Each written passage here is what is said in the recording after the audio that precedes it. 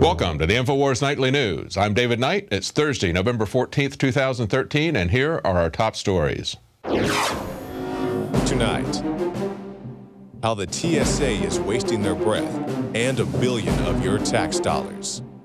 Then, NSA snoops take down a U.S. computer business. And Mancal's bombshell revelation about Obama. That's next on the InfoWars Nightly News. You know what it's like to go to sleep every night knowing you work for a bunch of psychotic killers and you bastards are probably going to end up killing me one day? You know what it's like knowing you've ruined my life? You know what it's like? Well, in our top story tonight, we learned that the TSA has spent $1 billion on a program that doesn't do anything. What a surprise. Yes, according to the GAO, the screening of passengers by observation techniques, check out that acronym, it's SPOT. Now, that's worth at least $1 million right there. But that program, the SPOT program, is no better than chance. And they've spent $900 million on it in the last 6 years. But that's, I guess, that makes the naked body scanners not look like such a bad deal. I mean, we wasted $1 billion on them, and at least we got some hardware for that. I mean, this is just money that's going out to psychiatrists for a program that has absolutely no effect. Neither do any of their other programs, the screening, the invasive pat-downs, and yet there's been no incidents. But of course the TSA knows that. We've reported multiple times about the lawsuit that John Corbett brought against the TSA, and in that the government accidentally posted the unredacted version that had references to their own documents where they said that there are no terrorist threats against airplanes or airports, that the terrorists are just engaged in fundraising, recruitment, and propagandizing. Well, that's exactly what the TSA is doing. Propagandizing, fundraising, and recruiting. It's just a big bureaucracy wasting your money, harassing you, and putting their hands on you to train you like slaves. And whether it's a TSA or another government agency, the one thing they want is to get information on their slaves. That's you. We learned from McClatchy that Americans' personal data is being shared with the CIA, the IRS, and others in a security probe. They report that U.S. agencies collected and shared the personal information of thousands of Americans in an attempt to root out untrustworthy federal workers. This ended up scrutinizing people who had no direct ties to the U.S. government and simply had purchased certain books. Well, this kind of makes the government look like conspiracy theorists, doesn't it? And yet that's the way they operate with the FISA program. Anybody that knows someone, anyone who they think might be doing something suspicious, they follow them, which means that they follow everybody. That's how we get these dragnet searches. And as we learned earlier this week in an exclusive story from InfoWars, it's not just on the internet. It's not just on your cell phones. It's also when you're talking in public, when you're walking in public. They have voice recording. They have facial recording, facial recognition, voice recognition. They're looking at everything you do when you're in public. So it's a total pervasive surveillance state. It's an infrastructure of tyranny that we see being constructed right now, and we know how this is going to go if we don't roll this back. Now, even though the government thumbs its nose at public opinion and the law, we see that in the marketplace, it is having some consequences for companies that play along with this intrusive, illegal activity by the government. Kurt Nemo reports in InfoWars that the NSA snooping is taking down the profits of a U.S. computer networking business. In October, it was reported that the NSA had a backdoor into some Cisco products. And on Thursday, Cisco released their unexpected 10% sales drop of the current quarter. And they said it's not only the only factor, but Cisco says the backlash over U.S. surveillance has definitely hit orders in China. And orders in other developing countries have also plummeted. And again, the NSA is being cited as a possible factor. That's from David Meyer writing for Gigacom. And could it be that even teenage consumers are starting to understand the need for privacy and that there's a backlash on that? It's been reported many times that teenagers are starting to leave Facebook in massive quantities. Why? Because their information is there to get them in trouble with the school, with their parents, even with other teenagers. And so they're increasingly going to another service, Snapchat. Facebook reportedly offered $3 billion to buy Snapchat. Now that's amazing considering that Snapchat has $0 of revenue. But its popularity is soaring amongst teens, and perhaps they're looking at the privacy that Snapchat offers. Once your messages or your photos go up, they only last for a few seconds and then they disappear, unlike the Utah data center. So we'll see what happens with that. But it's the marketplace, and entrepreneurs are realizing that there is a market out there for privacy. People are very upset about what the NSA is doing, and if the government is not going to rein itself in and start acting within the law, people are going to protect themselves. That's why you see the rise of things like dark mail and dark wallet and Bitcoin. All these different things are coming up to allow people to get out from underneath this surveillance state that's developed. Now, the government has talked about the disappointment in the number of people that have signed up for Obamacare. Obama had a special event today where he talked about what he's going to do about it. But as we look at these figures, the figures that were released yesterday, that 100,000 people have signed up, personally, I don't find that credible at all. Nancy Pelosi has already inflated that by a factor of 5 and said it's 500,000.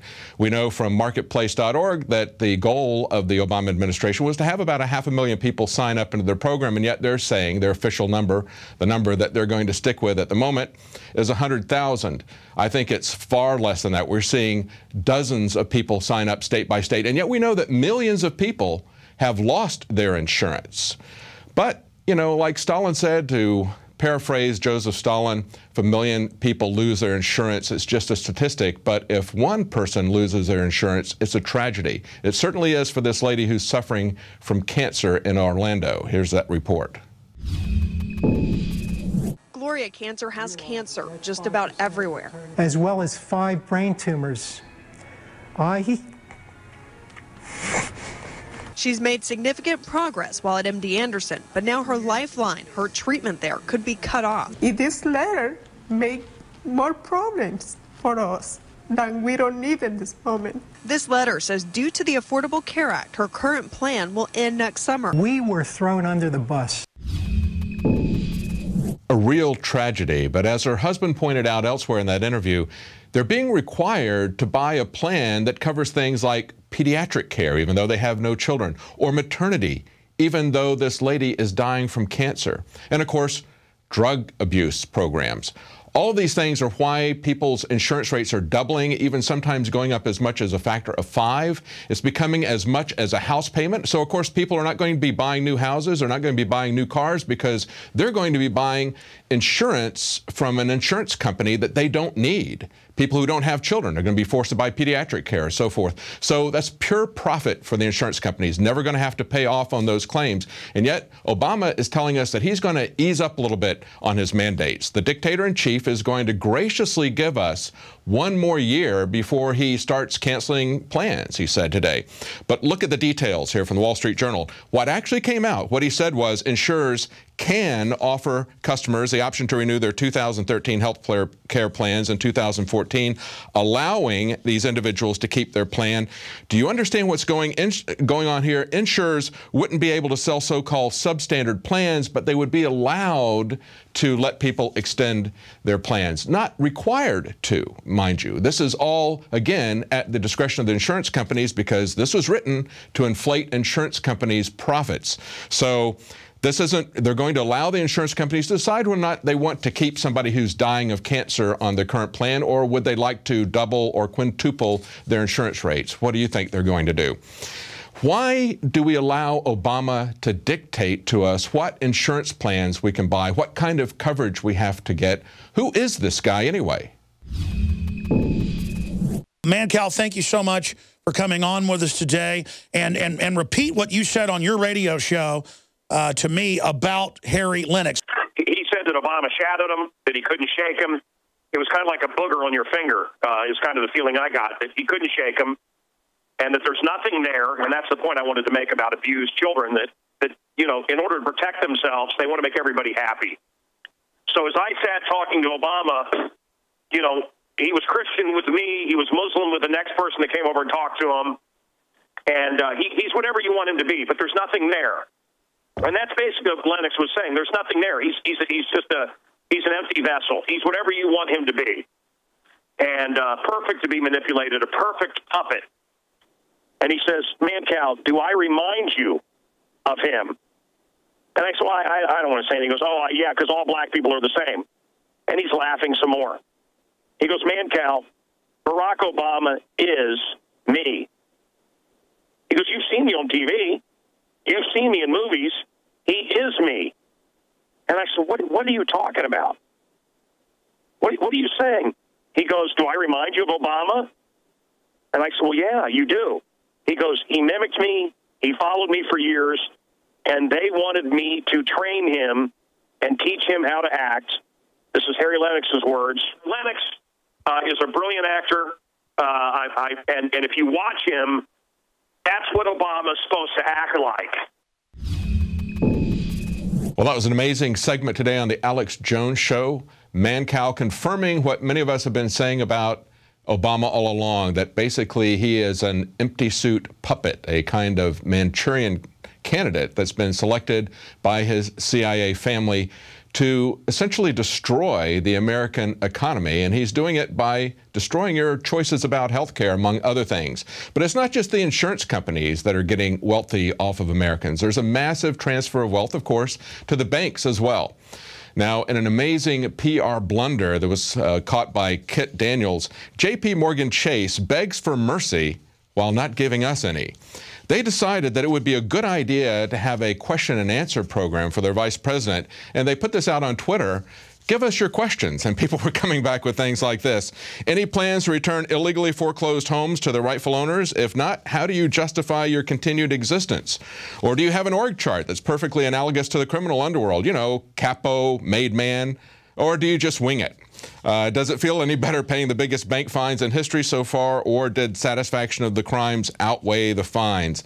And as the article points out, earlier this year, the U.S. Attorney's Office opened criminal and civil investigations for fraud against J.P. Morgan for overstating their assets prior to the 2008 crisis.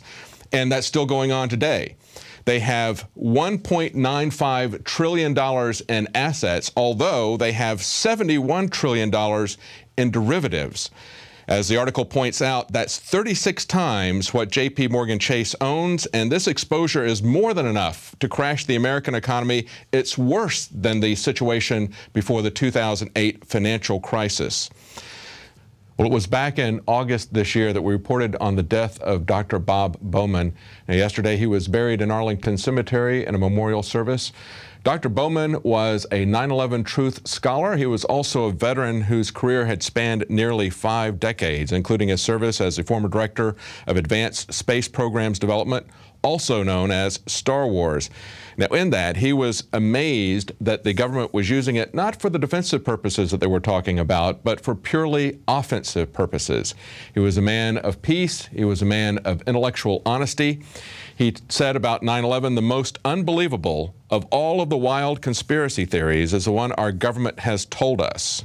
He was a member of Scholars for 9/11 Truth and very outspoken critic of the wars in Iraq and Afghanistan. And he also told people to question the government's narrative about what happened with NORAD. He was very focused on that being glossed over in the 9/11 reports. Here's some of that ceremony. I'll now begin to ring the bell 11 times, and I ask that you all think and reflect on Dr. Bowman's work for peace and what we might be able to do to honor that and continue his work. Thank you.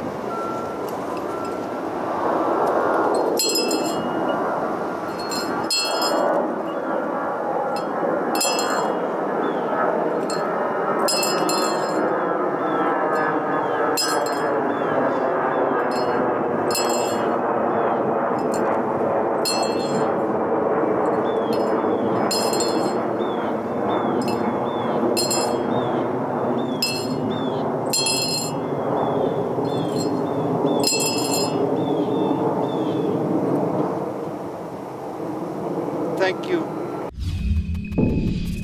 Well, stay tuned. Right after the break, we're going to talk to James Babb. He's got a guerrilla marketing campaign going on in Washington, D.C., in the heart of the beast, telling jurors what juries are really about. So stay tuned.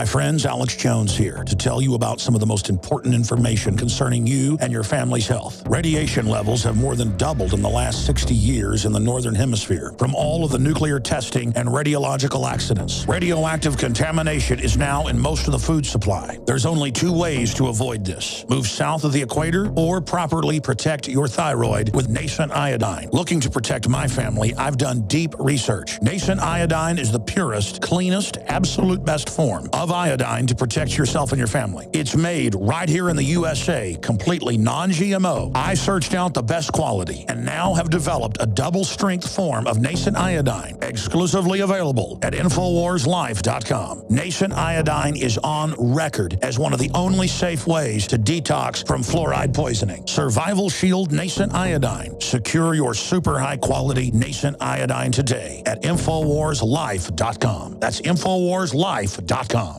Introducing Pro One. All of your filtration in one system, portable, on the go. No more do you have 2 or 3 filters to just reduce sodium fluoride. You have a system that cuts out the sodium fluoride and up to 95% of hydrofluorosilicic acid. Advanced manufacturing technology combines silver-impregnated white ceramic with new Aquamedics advanced media for removal of fluoride and other heavy metals, all in one filter element. It is the only one that does it, and out of the gates, we have it discounted at 10% off with promo code WATER. This is the only system that in one unit helps reduce or remove pesticides, herbicides, chloramines, ammonia, and chlorine, hydrofluorosilicic acid, the most common form of fluoride not covered by other fluoride filter brands, and sodium hexafluorosilicate. Get your Pro Pure with the new Pro One filter today at InfoWarsStore.com or by calling 888-253-3139. We're on the march. The Empire's on the run. And the InfoWars Army is standing strong. Wake up your family, friends, and neighbors and break the matrix at InfoWarsStore.com. Learn the truth and spread the message of liberty with the world's most comprehensive collection of books and documentary films. Maintain a healthy metabolism and energize your body to perform at peak health with Survival Shield Nascent Iodine. Protect your family and be prepared with survival foods and emergency preparedness kits.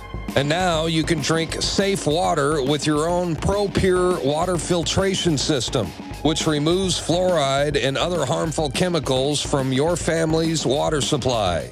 Save 10% with the promo code WATER. So join the revolution. InfoWarsStore.com.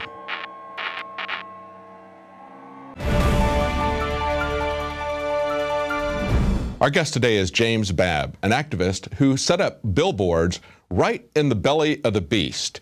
He put up information about fully informed juries, and he put the billboards up right at the Washington federal court exits out of the subway. It's gotten a lot of attention in the media as well as the court system, prosecutors in the court system. So we're going to talk to him about how he did that and what his plans are for the future and about jury nullification. James Babb, welcome. Great to be with you. Now, tell us a little bit about this campaign. It got some local news media attention. It also got the attention of the prosecutors there in Washington, didn't it? Yeah, it certainly did. This is the beginning of a nationwide advertising campaign to inform the public about their rights if they're ever selected for jury duty. So the first billboards have appeared in Washington, D.C., and they've certainly started to make a few waves. The headline basically just says, jury duty, know your rights. And we encourage people to Google jury nullification so they can learn more. I love what you did. It's kind of guerrilla marketing. You put it right there at the subway exit where people are getting off to go into the court system in Washington, D.C., right? The judiciary exit. Yeah, that's correct. There's 2 stations in D.C. Where we have some really nice ads placed. The funding for these was crowdsourced thanks to some, these great tools we have right now in our social networking. I put that out a few weeks ago and said, hey, is this something our community would be interested in? Folks jumped on board and immediately said, we're definitely behind that. I want to get involved. So we started out with a campaign to just get 1 ad up to start it, but that within a week we had enough for 3 ads. And we're now raising funds for additional campaigns in other cities.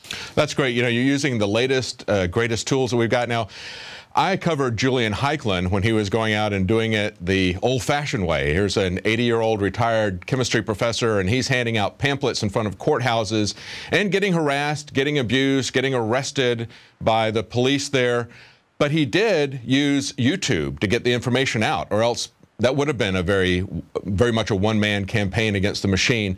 But you're using crowdsourcing, you're getting these billboards out, and it's interesting to see how local media covered it. You did get local media coverage, which was good because that's free publicity about jury nullification. But I thought it was interesting that they focused on murder trials, and they had prosecutors saying that they had asked jurors if they had seen these billboards, and if they did, they were dismissed from these murder trials. That's not what informing juries is about. We're not trying to nullify laws against murder, are we? No, of course not. We're talking about victimless crimes, and our justice system is polluted with victimless crimes. I mean, right now we've got basically 1 out of 100 adults in the United States is in a government cage. That's right. And if you're a black man, that number is 1 in 15. If you're a black man in your 30s, that number is 1 in 10. And the majority of these people are in cages due to victimless crimes like the drug war, but it's also going beyond that. We've got people on trial for selling raw milk, for putting a garden in their front yard, for collecting their own rainwater. As our system becomes more and more corrupt, the role of the juror becomes more important, because the role of the juror has that power to intervene. We covered a case where a guy released 4 balloons to his wife saying that he loved her on a beach, and he was arrested and charged with 4 counts of a felony for releasing a balloon. Releasing a balloon on the beach a felony. That's why we need the jury system. That's why the founders put it there, to dispense justice. And that means that we nullify laws that are not good as a juror, and that's something that you can do. You don't have to convince your fellow jurors. It's very important when you get into a jury situation, isn't it, that you don't start talking about jury nullification. Or you can, you know, it's up to the individual to decide how they approach it, but they don't have to explain why they're saying not guilty. Precisely. And if you talk about it, a lot of times they'll dismiss you. If you start talking about it, a lot of times a judge will dismiss you and put in an alternate juror. So remember that when you go into a trial situation, if you're selected as a juror, it has to be a unanimous jury finding to convict somebody of something. One person can let that person who's being accused of violating an unjust law, or a law that has, let's say maybe you agree with the law, but maybe the penalties on it are so draconian that you don't want to convict somebody of it. Right, or it's just misapplied. Like, you know, obviously we don't want people polluting the beaches and oceans, but releasing balloons is, you know, is obviously not a felonious crime. Yeah, and that quantity, certainly, yeah. Yeah, so you know, these are situations where that can play a key role. You know, the ultimate goal is to get these laws removed from the books. For instance, the Fugitive Slave Act was nullified by jurors who refused to convict people for harboring fugitive slaves. They knew those laws were wrong. In the 20th century, alcohol prohibition was brought down by jurors refusing to convict people for alcohol-related crimes. And so today, jury nullification is front and center on this insane war on drugs. It's one of the cornerstones of our entire government and legal system is trial by jury. We see very few people even taking advantage of that now because they're so concerned that juries have become a rubber stamp. So we've kind of gotten into a catch-22 situation. People are afraid that jurors are just going to do whatever the judge tells them, and that they're not actually going to get a reasonable consideration of what's before them. And so a lot of people will just go in and plea bargain. I think it's one of the reasons why we have so many people in jail. We've got, you mentioned that earlier, we have more people in jail than are in China and Russia. And that's not as a percentage. That's in total number. We have more people. As a percentage, it's much, much higher. China has far more people than we do, and yet we have more people in prison than China has. It's insane. I call it the culture of incarceration. And it's basically just a sickening make-work program for useless people, whether it's lawyers or prison guards or judges or probation officers, or this entire industry revolves around putting innocent people in cages. It's disgusting. And the nice thing about jury nullification, it's one of our final things that individuals can do to put even the slightest monkey wrench in this conveyor belt that takes peaceful people and just railroads them right into a cage. Absolutely. It's one thing that you can do, because our political system is so corrupted, especially at the top. You look at the elections, they get to choose who the candidates are, essentially, who gets to go in the debates, who gets to be on the ballot. They get to count the votes, so that's a pretty corrupt system. But with juries, you can actually do justice to your fellow man. And so it's not only just a right that you have, but it's a duty that you have, and it's something that's in state after state's constitution. I had a interview with the New Jersey weed man who was convicted of having a lot of marijuana, and he defended himself pro se. And he used jury nullification. The first time through, the judge shut him down and threatened him with contempt, and he got 7 of the people to vote for him as being innocent. They came after him again. The second time, he had a judge that was a little bit more friendly and actually allowed him to show the New Jersey Constitution that said that jurors have a right to judge not only the facts of the case, but the law and its application. And when he had that up in front of the jury, they let him go 12-0. Yeah, that's a great case. I was there passing out FIJA pamphlets at his trials, and was proud to stand with him. You know, that's the ironic thing. The judge didn't want him to mention jury nullification, but he was allowed to actually present a fragment of the state constitution on a board and have it sit next to him in the courtroom, but not allowed to say the words. Just amazing, isn't it, that they would put that kind of gag on people, not even let you see what the Constitution is, what the law is. They really want to control the process from the top to the bottom, and we have to get that back. What you're doing is a really great way to handle that. I really salute you for doing that. Where does it go from here, real quickly, and tell us what your next plans are? Well, I'd like to get more people involved. We have a website. It's called juryrightsproject.com, and you can get more details about the campaign, and there's fundraising for the additional campaigns and to keep DC going. Plus, if you want to get something started in your own town, my contact information is in there. Send me an email. We can do this anywhere, and we can get some grumpy prosecutors anywhere in this country. That's right. Great job, James. I really appreciate that. James Babb. And also, you can get information at FIJA.org if you want to know what jury nullification is all about. But that's a great education process that you got going there. Hope that really takes off. Thank you. Thank you. Well, that's a very important way to check government power. It's one of the few ways it's still effective for us to utilize. Another way that's effective is state nullification of federal laws. And we have a documentary about that very subject at InfoWarsStore.com. It's Nullification, the Rightful Remedy. You can educate yourself about state nullification of laws. Jury nullification is very important. You can do that yourself. If you get onto a jury, it just takes one person to let somebody go from an unjust law or something that is being unreasonably applied. It's your duty and your right to see that justice is done. Well, that's it for tonight. We'll be back tomorrow at 7 Central, 8 p.m. Eastern.